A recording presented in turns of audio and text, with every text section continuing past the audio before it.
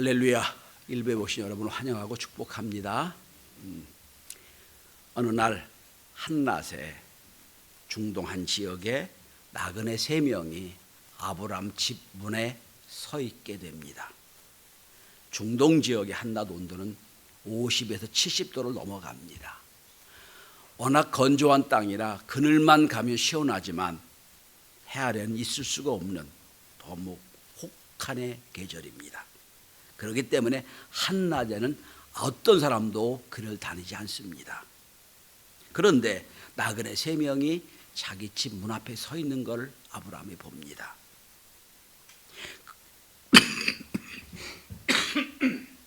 죄송합니다. 길에 서 있는 자기 집 앞에 서 있는 나그네 3명을 본 아브라함은 그들을 자기 집으로 영접합니다. 그러면서 오늘 본문의 이야기는 시작이 됩니다. 사실은 하나님이 사람으로 변장해서 아브라함 집에 서 있는 것이었습니다.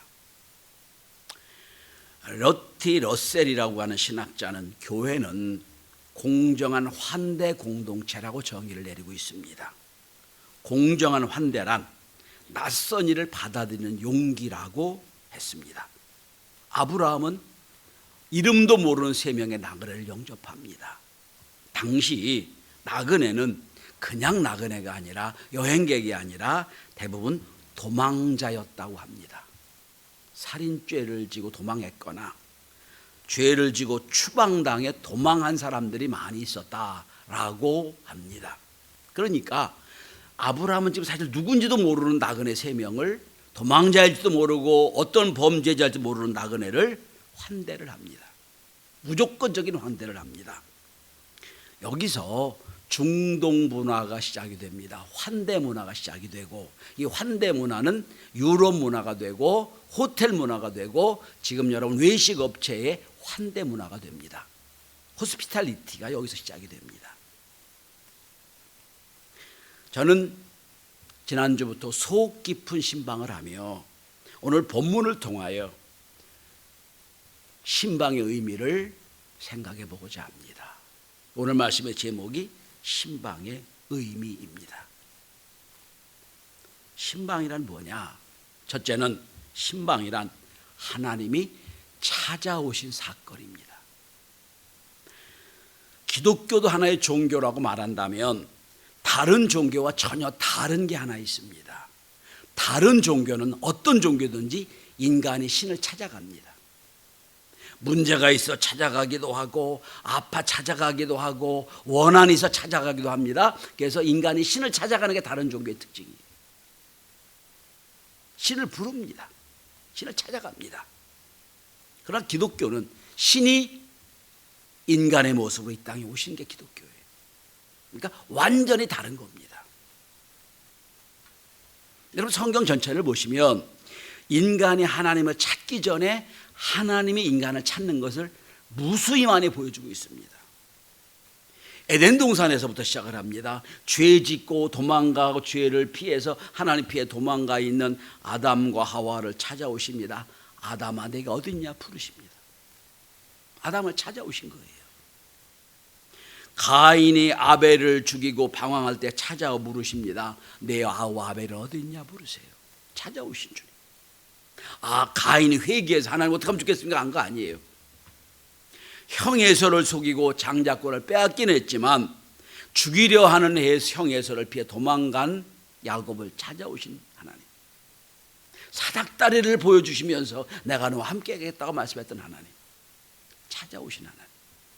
여러분 야곱이 도망가면서 하나님 찾은 곳이 하나도 없어요. 하나님이 아브라함을 찾아오세요. 야곱을 찾아오세요. 사자굴 속에 있는 다니엘을 찾아오신 하나님. 아직 어려서 뭘 모르지만 하나님을 구했던 이 사무엘을 찾아오셔서 위대한 사사로 만드신 하나님. 성경은 일괄적으로 말합니다. 하나님은 누구시냐? 우리 인생에 찾아오신 분이시다. 찾아오신 하나님. 목회란 단어가 헬라어로 포멘이라는 단어로 쓰여집니다. 이건 양떼를 돌본다는 의미입니다. 여기서부터 18세기 목회를 쓸 때는 포이메닉스라는 단어를 씁니다. 여기서 나온 게 패스터라고 하는 목사란 용어예요. 목사란 그래서 양떼를 잘 이끄는 사람이라는 뜻입니다. 목사란 단어가 두 단어가 있거든요. 미니스터 그럴 때는 어떤 그 행정적인 면에, 그 다음에 패스터 그러면 목자란 뜻을 갖고 있습니다. 목자가 뭡니까? 양떼를 돌보는 거지. 양떼를 돌보는 거. 양떼를 잘 돌봐서 그를 풍요롭게 만드는 게 목자의 의미입니다. 신방이란 하나님이 우리 집에 찾아오신 사건이요. 목회로 볼 때는 목자가 되어서 다스리는 양떼를 찾아서 그를 살피는 과정이 신방이라고 볼 수 있습니다. 두 번째로 그렇다면 오늘 본문에 하나님이 아브라함을 찾아오신 목적이 뭘까요? 가장 첫 번째는 교제하기 위해 찾아오셨습니다. 교제하기 위하여. 여러분, 고대 중동 문화 중에 최고의 아주 오래된 문화를 우린 수메르 문화라고 얘기합니다. 지금 전쟁 중에 있는 이란 그쪽의 문화입니다. 고대 근동 문화입니다. 거기도 수메르 문화에도 여러분 우리 천지 창조 이야기도 나와요. 노아 홍수 이야기도 나와요. 바벨탑 사건도 나와요. 그래서 처음에 학자들이 수메르 문화를 연구하면서 이게 도대체 성경이냐 아니냐 막 논쟁했던 적이 있었습니다. 그래서 제 수메르 문화에 대한 책이 여러 권 있는데 읽어보니까 여러분 다른 게 하나 있어요. 수메르 문화에서는 신이 인간을 역시 창조합니다. 그런데 목적이 달라요. 인간을 노예로 만들기 위해서 신이 인간을 만들었다고 그렇게 기록하고 있어요. 목적이 다른 거예요. 그런데 하나님 우리를 창조하신 건 우리를 교제하기 위해 만드셨어요. 차원이 달라요. 여러분 생각해 보십시오. 하나님과 우리 사이에는 질적인 간격이 있어요. 신과 인간 사이에, 창조주와 피조물 사이에 엄청난 간격이 있어서 이건 교제라고 할 수 없는 상황입니다. 그런데 성경은 분명히 말합니다. 고린도전서 1장 9절입니다.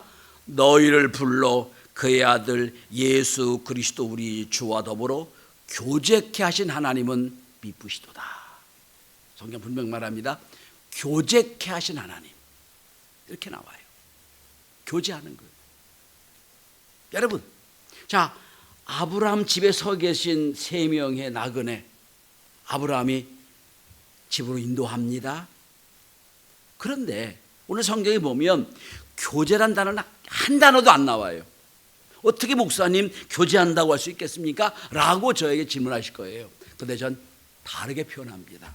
여러분, 깊은 교제, 가장 단순한 교제, 가장 빈번한 교제가 뭡니까? 함께 식사하는 거예요. 밥을 먹는 거예요. 오늘 본문을 보세요, 여러분. 아니, 하나님이 아무리 족장이고 아무리 잘 차려진 식탁이다 하더라도 식탁에 앉아서 식사를 함께 하세요.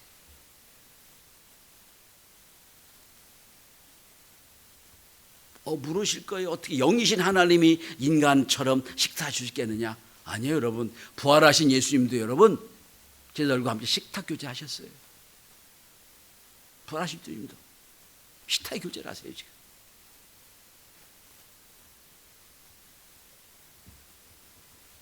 여러분 생각해 보십시오. 옛날 왕과 왕의 시대에 왕이 어느 날 소리도 없이 어떤 기별도 없이 우리 집에 딱 찾아오셔가지고 내가 아주 정신없이 준비한 음식을 들고 계신다 생각해 보세요. 두렵기도 하고 감격스러울 겁니다. 아니, 저 신분 높은 왕이 우리 집에서 켜먹는 참 열악한 음식을 함께 드신다. 오늘 여러분, 오늘 아브라함과 이 3명의 나그네는 식탁 교제를 함께 하고 있는 거예요. 이게 교제입니다.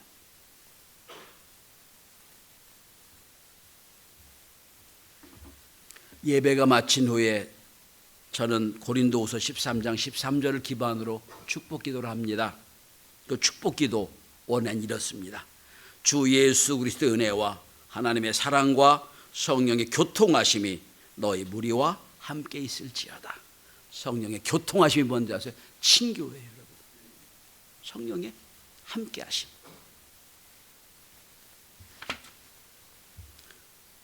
여러분 성경을 보면 예수님이 3년 동안의 공생애를 보시면 엄청나게 바쁘게 사셨지만 늘 예수님은 하나님과의 교제를 계속 하셨습니다.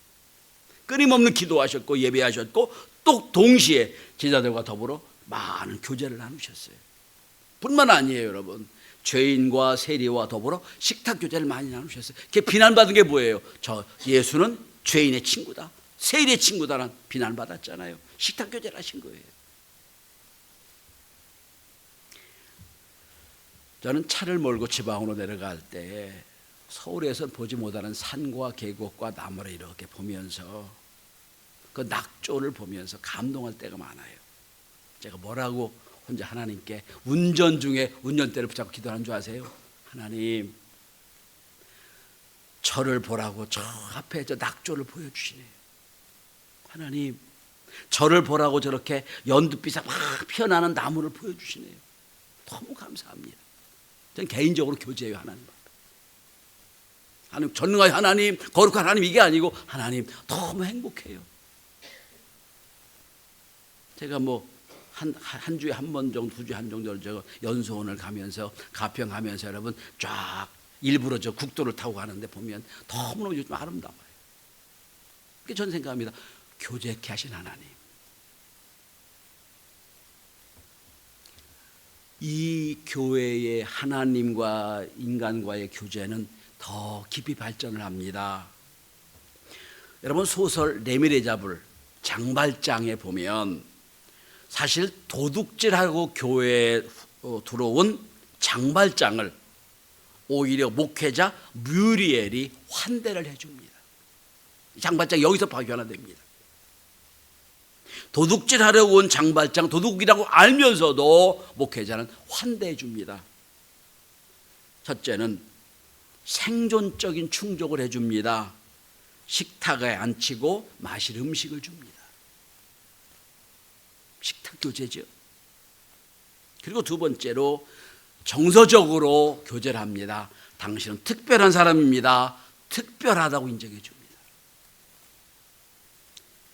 그리고 세 번째는 자존감을 세워줍니다. 당신은 대접받을 권리가 있어서 내가 대접해 드리는 겁니다 라고 말합니다. 여기서 장발장이 마음이 바뀌어요. 교제를 통해 바뀐다는 것입니다. 오늘 우리 시대에 서울대 보건대학원 교수인 김수영 박사가 최근에 쓴 책 중에 필연적 혼자의 시대라는 책이 있습니다. 이 시대가 1인 가구가 많아지는 원인을 분석하고 있는 책입니다. 그 책의 내용은 이렇습니다.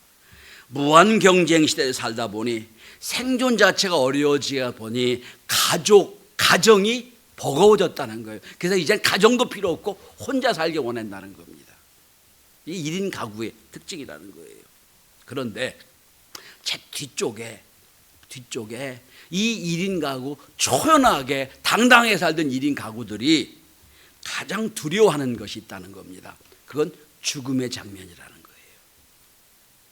두 가지가 있다고 그럽니다. 첫째, 내가 죽었을 때 누가 나를 울어줄 수 있을까? 존재론을 고민한다는 거예요. 나 죽었을 때.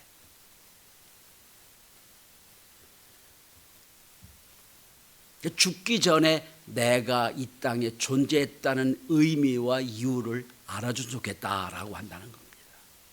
두 번째는 죽은 다음에 누가 나의 애를 정리해 줄까? 이게 고민이라는 거예요. 내가 살았을 때 괜찮아. 죽은 뒤에 누군가 나의 모든 걸 처리해 줘야 되는데 누가 할 수 있을까? 전 이런 의미에서 교회 공동체 교제는 더 중요하고 필요하다고 생각을 합니다. 누가 그걸 해주겠어요, 여러분? 무한 경쟁 속에 너 아니면 내가 죽겠다고 세상 속에 살면서 아니다. 너와 나는 한 형제 자매야. 기탁 교제를 하는 거예요. 그러면서 함께 형제 자매로 사는 거예요. 그리고 함께 홀로 된 과부 어려운 이들이 함께 신앙생활 하다가 그의 마지막까지도 교회에서 성도도 함께 잘 인도해 줄 수 있는 사귐. 거룩한 교제라고 생각을 합니다. 아마 전 점점 교회의 역할이 중요하다고 생각을 합니다. 이런 의미에서는. 자, 어쨌든 하나님이 아브라함을 찾아오신 두 번째 이유, 교제 개혁에 찾아오셨어요. 우리가 하나님과 교제하면 우리도 이제 세상 사람과 함께 교제할 수 있는 은혜를 얻게 되는 겁니다. 그리고 두 번째는 하나님이 아브라함을 찾아오신 두 번째 이유는 복을 주기 위해 찾아오신 겁니다.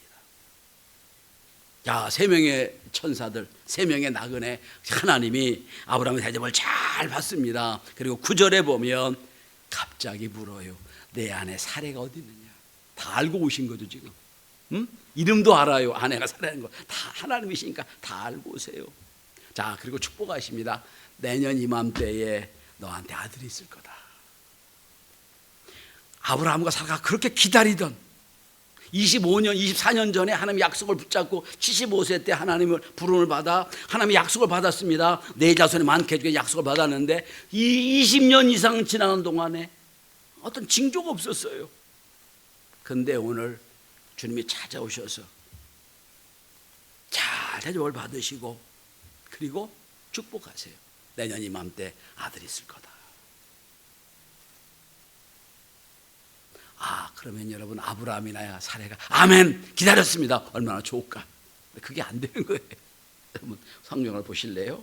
자, 12절에 사라가 그 얘기를 듣고 장막문 문에서 듣고 말합니다. 12절입니다. 내가 노쇠하였고 내 주인도 늙었으니 내게 무슨 즐거움이 있으리요. 아니 무슨 말씀을 하세요?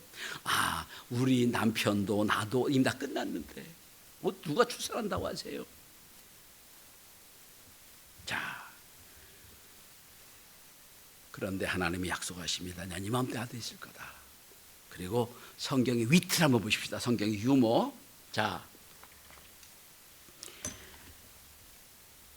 12절에 사라가 얘기하면 무슨 즐거움이 있으리요. 즐거움은 웃음이죠 여러분. 즐거워요. 웃죠? 그죠? 무슨 즐거움이 있으리요 라고 합니다.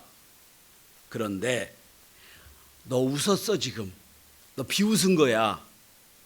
그리고 천사가 말하죠. 그리고 나중에 1년 뒤에 이삭을 낳죠. 이삭의 뜻이 뭐죠? 웃음이란 뜻이에요. 웃음. 성경이 위트입니다 여러분. 비웃음의 웃음을 진짜 웃음으로 바꾸신 사람, 이게 이삭이에요. 무슨 즐거움이 있으리요. 그런 인생에 오셔서 진짜 웃게 하신 하나님,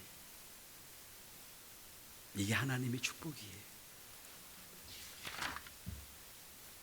그 다음에 여러분 18절 한번 보십시오. 제가 봉독 안 했습니다만 18절을 보시면 돌아가시면서 이렇게 말씀하세요.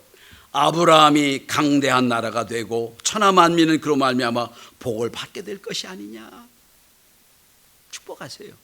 아브라함은 이렇게 약속한 거 아니냐, 약속된 거 아니냐 말씀을 하십니다.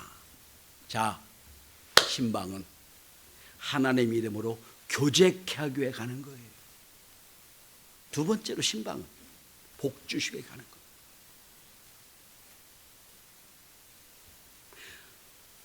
간절한 소원이 있었는데, 전 그래서 여러분 신방 갈 때 말씀을 잘 준비합니다. 그러면서 이 가정에 이 속에 꼭 필요한 말씀이 뭘까 준비를 해요. 그리고 말씀을 전합니다. 왜? 꼭 가정에 필요한 말씀이 전달되기를 원했기 때문입니다.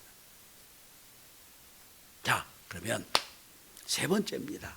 자, 오늘 하나님의 아브라함의 집에 찾아오신 사건이요, 교제케 하기 위하여 복을 주시기 위하여 찾아오신 일입니다. 그러면 이제 아브라함이 그 세 명의 나그네, 세 명의 천사 하나님을 어떻게 영접했느냐를 봐야 됩니다. 어떻게 영접했기에 하나님이 그렇게 복을 주셨을까 하는 겁니다. 첫째로 2절입니다. 열정적인 태도로 영접을 합니다. 달려나가 영접했다라고 했습니다. 여러분 당시 아브라함은 족장입니다. 권위가 있는 사람이에요. 함부로 뛰지 않아요. 그런데 앞에 나그네를 보자마자 여러분 2절에 보세요. 달려나가 영접하며, 앞에도 뒤에도 아브라함의 인생 설명하면서 달려나갔다는 표현은 한마디도 안 나와요. 유일하게 여기만 나와요. 아브라함이 달려갔다. 기다렸다는, 영접했다는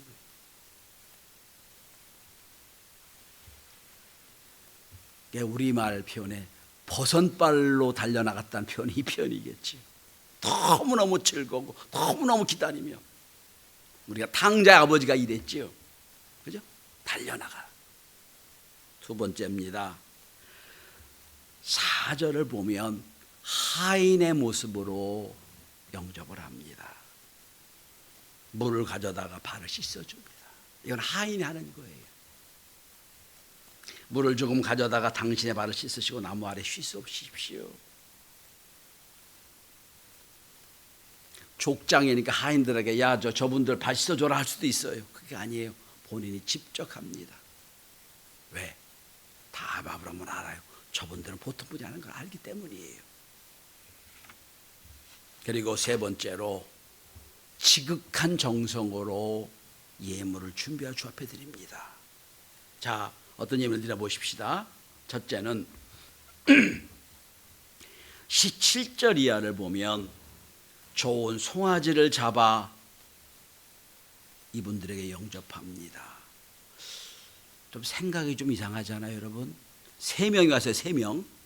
3명이 여러분 아무리 많이 먹어도, 아무리 많이 잘 드셔도 한 사람이 몇 근이나 들 수 있을까요? 10근이면 될까요? 3분이? 못 드시겠지요. 송아지 한 마리를 잡아요. 있는 고기 떼드리는 게 아니에요. 이분 자체로의 송아지를 잡아요. 살찐 송아지를 잡아요. 이게 번제물의 뜻을 갖고 있어요. 송아지를 잡아. 두 번째로 여러분 5절부터 지금 6절을 보면 고운 가루 세스아로 요리를 하면 떡을 만들어 드립니다. 사실은 우리말 번역에 떡이라고 되어 있으면 사실 빵이에요. 빵. 중동은 떡이 없어요. 빵이지. 빵을 만들어 드립니다. 근데 여러분 조금 한번 생각해 보십시오. 지금이면 돈만 있으면 슈퍼 가면, 마트 가면 밀가루, 쌀을 푸대로 살 수 있지만 옛날에 그게 아니잖아요. 그거 아니에요. 그런 시대가 아니에요.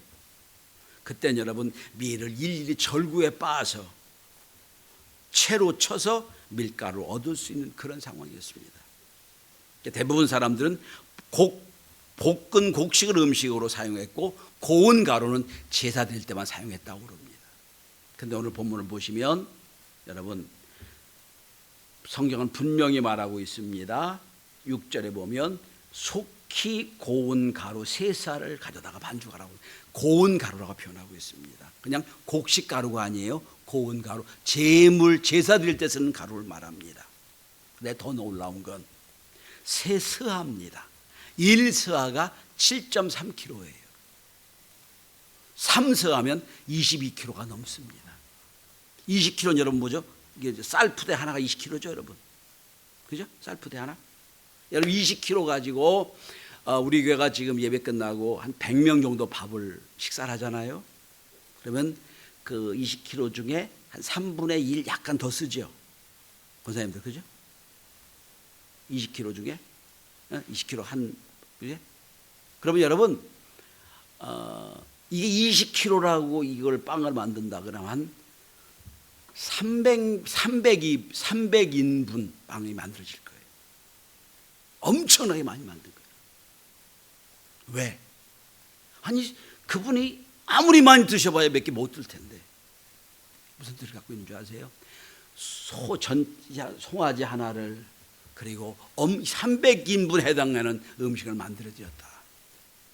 뭐 자랑하는 거 아니에요. 할 수 있는 최고를 영접했다는 뜻입니다. 할 수 있는 최고를 영접했다는 뜻이에요. 어떻게 보면 이해가 안 되는 과도한 예물을, 과도한 물질을 드린 거라고 생각합니다. 그러니까 여러분 성경 한번 보실래요? 쭉 내려가 보세요.